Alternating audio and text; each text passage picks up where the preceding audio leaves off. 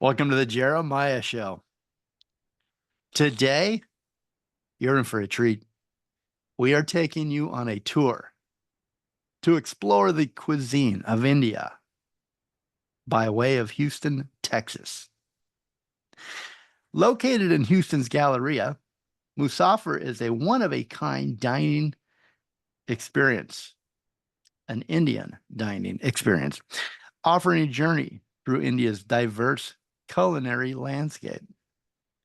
From ancient cooking techniques to modern interpretations, Musaafer invites diners to explore Indian cuisine like they have never explored it before. Musaafer, corporate executive chef and CFP, that stands for Chief Food Philosopher, and Michelin-starred chef, Chef Mayank Istwal of Musaafer, is my special guest today. This episode has it all: spices, stories, secrets. Let me begin the story of executive corporate chef Mayank Istwal. He graduated from the Institute of Hotel Management of Guwahati, India. Chef Mayank Istwal is a globetrotter. He's recognized by Conde Nast Traveler as one of the top 13 chefs bringing Indian cuisine to the world. With a blend of expertise, passion, and an encyclopedic knowledge of spices, ingredients, and textures, Chef Mayank offers a neoteric Indian dining experience in a stunning, expertly curated setting within Musaafer, which means the traveler. Musaafer is built within Houston's luxurious Galleria at Westheimer and Sage. In February 2024, Musaafer was named among the top 15 most romantic restaurants in the world, alongside such luminaries as New York City's 11 Madison Park, by Blacklane, an international award-winning VIP travel company. Additionally, February 2023, Chef was honored with the Best Chef nomination by the Houston Culture Map Tastemaker Awards. 2023, Musaafer and Chef Mayank made the coveted top 100 restaurants in Houston Culinary Stars list, curated by the highly respected food critic Allison Cook. 2021 Time magazine listed Musaafer as one of the top 100 places to visit in the world. Wow. And this month, he won a coveted Michelin star. During his formative tenure in India, he invented healthy spice blends, combining his broad knowledge of Ayurveda and spices, which more deeply examines the nature of each spice and how to prepare seasonal blends. And following his successful career in India, Chef Mayank joined the Spice Route Company in the USA to guide and to shape all culinary aspects of their newest and their most adventurous concept yet, and the group's first project. That's in Houston, Texas, again, Musaafer. To create this carefully curated and truly authentic menu for the new restaurant, Chef Mayank embarked on a 100-day journey around the 29 states of India. He discovered hundreds of new recipes that he combined with contemporary elements to make Musaafer's dinners Musaafer's diners, on a luxurious and delicious culinary expedition within its meticulously decorated spaces. Welcome, Chef Mayank Istwal. Thank you very much. Thanks a Hey, lot for inviting me for this. oh my God, congratulations on your Michelin star. Are you still, that didn't happen too long ago. Was that 2 weeks ago or so? Yeah, it's just been like 12 days. 12 days? Are you still on like a Michelin star high? You know what? I did not get time to celebrate. Oh no. Still sinking in with this feeling slowly, but it's a great feeling, 100%. Yeah, I mean that's what I guess a lot of people say, well, I'm not in it for the awards, right? But at the end of the day, that's a very that's such a prestigious award in the culinary industry, and it really is a testament to all your hard work. 100%. You definitely, I'm the student of the craft. I've been doing this all my life. And then, my wife once told me that, I don't need anything from you. Can you win me a star one day? I said, okay, okay, maybe. Not asking for too much there. But it happened almost like in 2013 when we got married, and we are sitting in 2024. It took me 11 years You to know, fulfill the dream, of course, when I started like thinking about the star 100%. So it took me some time, a lot of hard work, her contribution 100%, because, like she's the rock in the family. So yeah. Well, she you have to be understanding, I'm sure, of long hours and the dedication to your craft. 100%. Yeah, I spend a lot of time in the kitchen, doing my research and traveling, and like I hardly get time to spend with her. So, but she's Mm. very understanding that way. So, Yeah. how did she react when you brought her the star that she asked for? Oh my God. So she was watching the ceremony live, and I watched that video that she sent me after that when she was recording. She was crying. Ah, And even my elder one, my two girls, the elder one, she's 9. She was crying too, and she was just crying because mom was crying, and it was a great feeling to see dad on the stage and then on TV. So it was a big deal for the family. Uh, so, well, it's a big deal, and I hope you get a chance to celebrate it. Get you take 5 or 10 minutes and go, I don't know, stand in the walk-in or stand on the roof and just reflect and appreciate what you've yeah. accomplished. It's amazing. Many chefs chase a Michelin star their entire lives, and they never see one. Was visualizing Mhm. the star? Was it when your wife requested the star? Did you visualize it? And then what was the process after that? How did you, those are a lot of steps in between, and the rating, even though we know a little bit about how Michelin star goes about rating Yes. to get a star, it's very mysterious as well. It's very mysterious. So it all started, as I said, when we got married, and then I started doing my research. So we had no Michelin guide in India when I was working. So I definitely had to go abroad to like chase for my dream, but right. But I was also manifesting all these years that one day I'm gonna get it. Then I saw a lot of Indian chefs doing so well abroad. I saw Chef Vikas Khanna. He's in New York. He won the first star for Indian chefs fraternity in New York.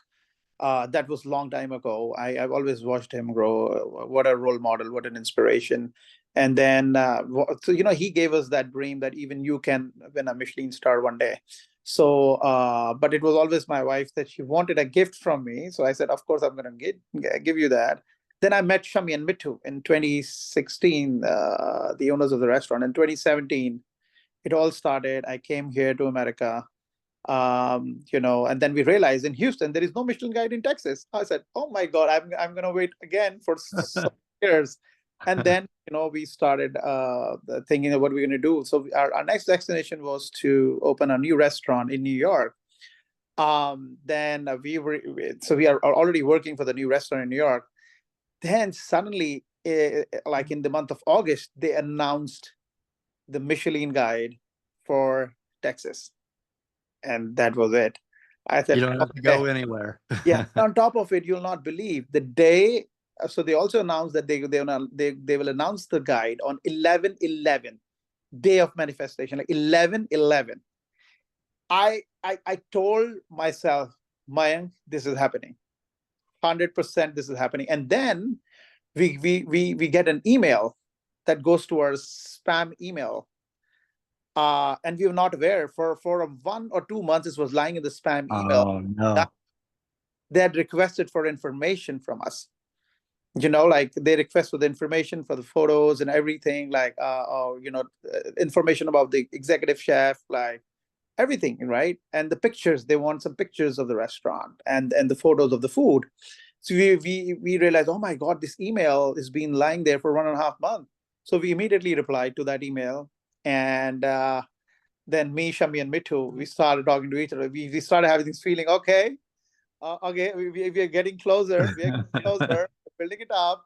We're getting closer. And then like also we were aware that they send an invite for the ceremony. So then we were waiting for an invite, and it happened this 3 weeks prior. They started circulating the invites, the guide, and it's very anonymous. Like they don't want you to tell anybody. You have to keep it to yourself because and you don't know like whether you're getting a star or you're getting a big gourmand or you're getting a Michelin recommended restaurant. You don't know anything about it. So when the day arrived, oh my God, three of us we drove to the location because it was happening in Houston. There's Yeah. the ceremony. So and we were one of the first people to walk on the red carpet. It's a So red how carpet. much notice did they give you? Sorry. How much notice did they give you to get there? How much Oh, time did you have?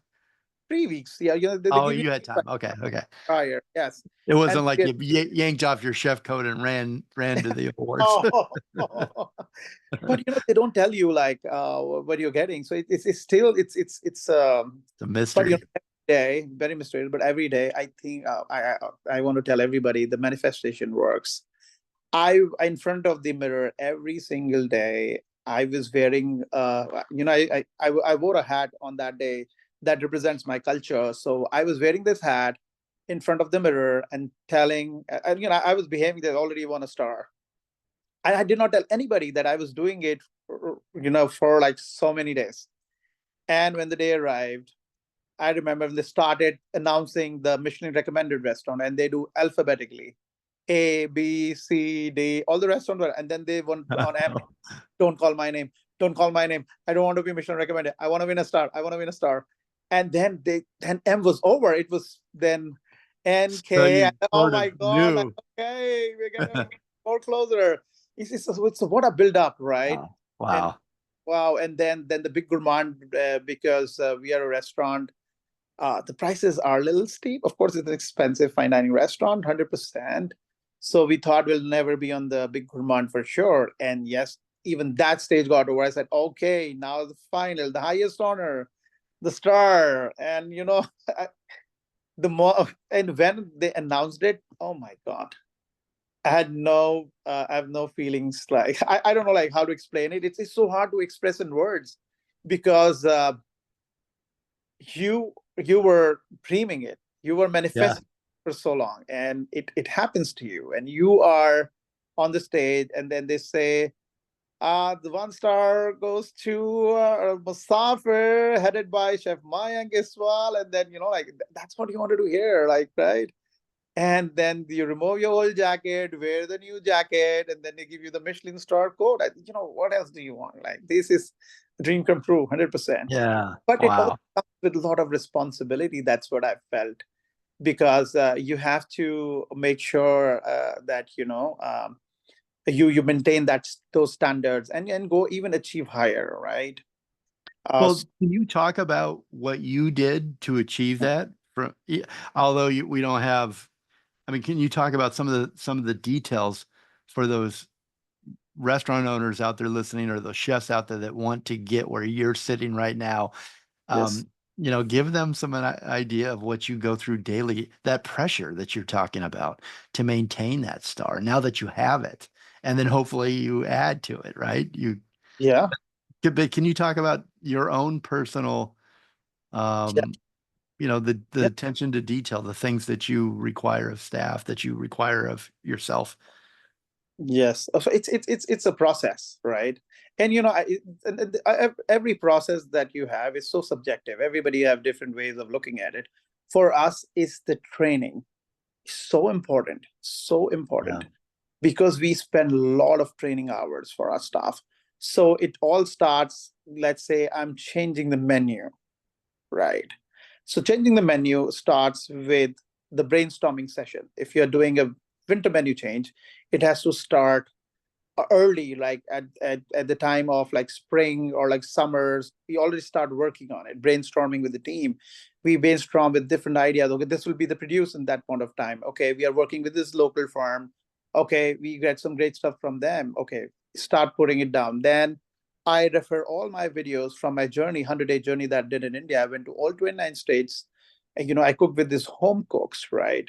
And we, Mhm. okay, these are the perfect fit for that season now, because we also believe in not only the produce changes with the season, but spices do change. The spice box in the kitchen should change with the season. A lot of people, they don't realize that, because Yeah. every spice has its own nature. So what we do is we specifically make our spice blend according to that season.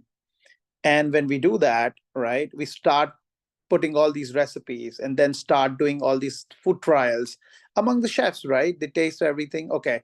Then I tell them all the time, if you can pay $18 for this dish when you go out and eat at a fine dining restaurant, taste it. Will you pay that amount of money for this? They said, when you feel that, when you're confident about it, yes, it's going in the menu 100%, right? Wow. You know, it's a process. And Yeah. then we do the dish cards, all the allergies to the tea, because allergy is a big thing. We have to write all the allergies, what kind of cutlery, what kind of crockery being used in it, the storyline, what is the inspiration of the chef. So then we do the training for the front of the house people, all the servers. They taste every single dish with us, and then they take a lot of notes. We give them these dish cards, and then after that, we test them on every single day. They're being tested on every single dish that is going in the new menu. They go through this entire process, and then the day arrives. The menus are printed, and it's like yesterday it was the rainy season menu, like the monsoon, and today it's the winters, right? So it's a very nice flip that it's a transition of like few hours, like 12, 13, 14 hours, right? Ah, So you have to do everything right, and the stage is set, you are ready. I know the first day, it can be a little shaky when you do this, like changes and everything. People are coming in, they are still expecting some old dishes, but they are gone. They're not in the menu, and you need to have answers for people. Then we educate people, because the season has changed.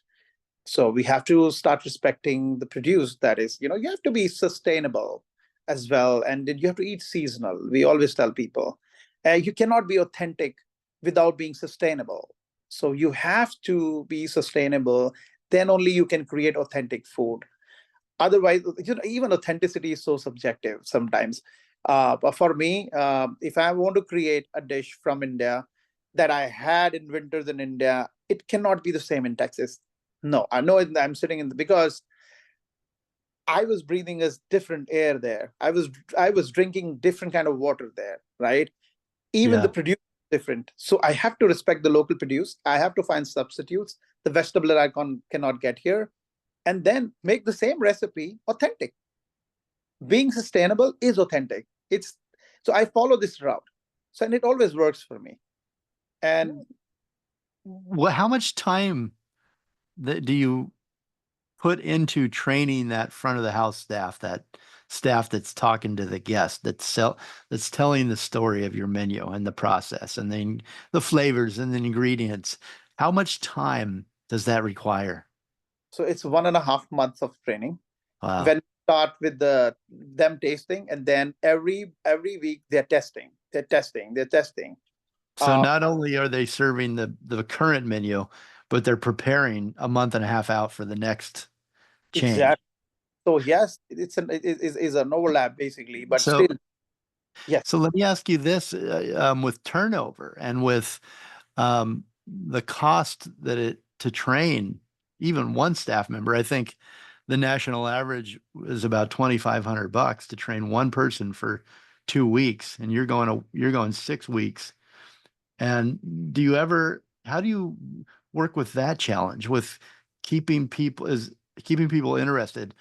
Are they, I always say better training keeps them around, keeps staff around because they're always excited. It's always new. It's an experience for them as well. But what's your experience with that? Do you over the last couple of years after COVID, people have had such restaurateurs who had such hard time Yeah, keeping I staff can't. and then to train them as well. But I feel like it's the one thing you never cut out. I agree with you. It's the one thing that you always, if you've got a restaurant and you want it to be at a certain level and standard, you've got to spend that time with its staff and train them. Yes, we take a lot of pride in our training, and training is not only around food. It's overall about the Indian culture, because like Indian restaurants are kind of, I would not say tough, but challenging, because Hmm. we're celebrating different religions under one roof. Like Muslims, they will not eat pork. Hindus, they don't eat beef, right? But we still have beef on the menu, right? Then we have like, I don't know if you've heard about Jainism. So Jainism is one of the religions in India where they don't eat anything that grows under the soil. That means no potatoes, no carrots, like no onions, no garlic. So it's like you see a lot of Yeah. the restaurant and asking the servers, like, I am a Jain. So the server should be well aware of, like, they're Jains. And then we are not serving like 20, 30, or 40, 50 people in a day. We are talking about the restaurant capacity is at 235 covers. That means you're doing 400 covers in a night. And then keeping that standard really high, it's a lot that we expect, but that requires very smooth, like a butter, like a training program that Hmm. through every single day. The day we are testing a dish, every single day we in our meetings we talk about everything. We discuss about a dish in which we ask the servers to talk about it, like way they want to explain. I don't want them to like copy how I say about dishes.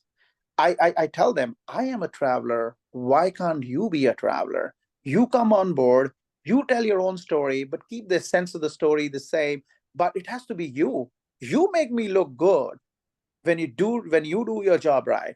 So it's Right. basically everybody is Musaafer. Like you are just representing such a special brand that like that you feel special. So every server, they feel special because they have their own way of telling these amazing stories about my journey that I had in India. So coming back to the entire process of this training, it's very interesting, like the amount of hours we put in, right? And then as I said, the testing time. And I see them whenever they are at the site stations, they're rehearsing, right? Hmm. Like they're going for a stage show, like they're putting up a show. It's amazing, like, to see them, like, they're so dedicated. They're fully on board with us. That's got to make you feel really, really proud to see Very, that. very proud. Yeah, And and they do you also. find that there's retention, that people stay because of that pride, that you've spent time, the executive chef, with them, that you've discussed your stories and the ingredients and tasted them? Do you find they're proud to be there? They are very proud to be there because they're the good part is it's give and take. So I impart this knowledge to them, and they consume it and they deliver, right? And this knowledge is like, I'll just talk about, like, taste, texture, and aroma. My favorite training to do, like, taste the sweet, sour, salty, right, bitter, umami, kokumi. They've never heard this word kokumi. What is kokumi for them? Now explain them the rich taste, like if you're having a wagyu, that fattiness, that surrounding flavors on your tongue, that is kokumi. Like, we talk about that, like, then we talk about the aroma. Like, it's a whole science, because I was a science student. I did my bachelor's in physics, chemistry, and maths. I understand the chemicals, the molecules. So I talk about the olfactory system, right? Like, when you slurp into something, right? I tell them, when you're having a soup, slurp it. It's so important. I question everything because I was told, don't slurp because it's rude when you're slurping. But you are also suppressing that amazing sound that makes the experience of having a soup or having a coffee to a different level. Because when you slurp into some, you breathe in some air, it goes straight to your olfactory system, and you enjoy slurping, and it's a beautiful feeling. I started questioning everything that I was taught. So that gives me a certain edge over other people, because I see it like I can think out of the box, bring something different to the table, and it makes the entire dining experience enjoyable. You have to enjoy. The service cannot be stiff. It has to be like friendly, but yet professional, but very friendly. The servers, I always tell them, you cannot be robots. You have to make a connection with the diner. So our aim is to satisfy all the five senses of the diners. And with the great storytelling, the connection with the diners, you have to tickle the sixth sense. When you tickle the sixth sense, you take the experience to a whole new different level, and they just enjoy this. They embrace it. They say, oh wow, like I want to come back. This server made my day. Like That's he's a superstar. Whatever he did, this was amazing.